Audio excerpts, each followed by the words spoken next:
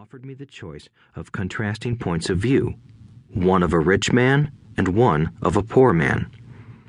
Instead of simply accepting or rejecting one or the other, I found myself thinking more, comparing, and then choosing for myself. The problem was that the rich man was not rich yet, and the poor man was not yet poor. Both were just starting out on their careers, and both were struggling with money and families. But they had very different points of view about money. For example, one dad would say, "The love of money is the root of all evil." The other said, "The lack of money is the root of all evil." As a young boy, having two strong fathers, both influencing me, was difficult.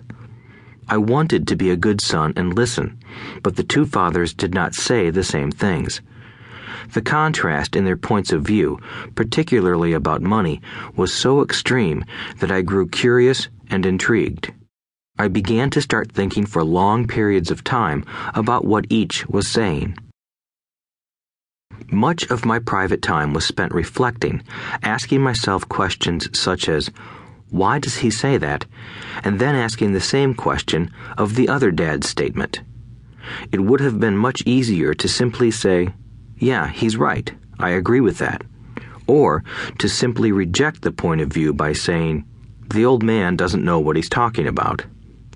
Instead, having two dads whom I loved forced me to think and ultimately choose a way of thinking for myself.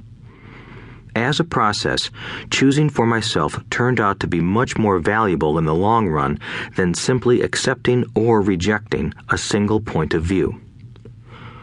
One of the reasons the rich get richer, the poor get poorer, and the middle class struggles in debt is that the subject of money is taught at home, not in school.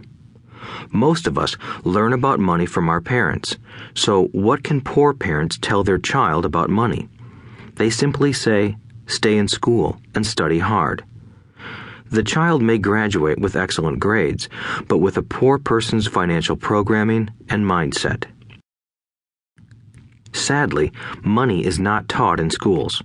Schools focus on scholastic and professional skills, but not on financial skills. This explains how smart bankers, doctors, and accountants who earned excellent grades may struggle financially all of their lives. Our staggering national debt is due in large part to highly educated politicians and government officials making financial decisions with little or no training in the subject of money. Today, I often wonder what will soon happen when we have millions of people who need financial and medical assistance.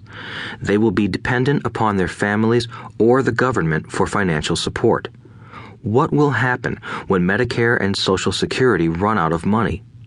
How will a nation survive if teaching children about money continues to be left to parents, most of whom will be, or already are, poor? Because I had two influential fathers, I learned from both of them. I had to think about each dad's advice, and in doing so, I gained valuable insight into the power and effect of one's thoughts on one's life. For example, one dad had a habit of saying, "I can't afford it." The other dad forbade those words to be used. He insisted I ask, "How can I afford it?" One is a statement, and the other is a question. One lets you off the hook, and the other forces you to think. My soon-to-be rich dad would explain that by automatically saying the words, "I can't afford it," your brain stops working. By asking the question, "How can I afford it?" your brain is put to work. He did not mean that you should buy everything you want. He was fanatical about exercising your mind, the most powerful computer in the world. He'd say, "My brain gets stronger every day because I exercise it. The stronger it gets, the more money I can make." He believed that automatically saying, "I can't afford it," was a sign of mental laziness. Although both dads worked hard, I noticed that one dad had a habit of putting his brain to sleep when it came to finances, and the other had a habit of exercising his brain. The long-term result was that one dad grew stronger financially, and the other grew weaker.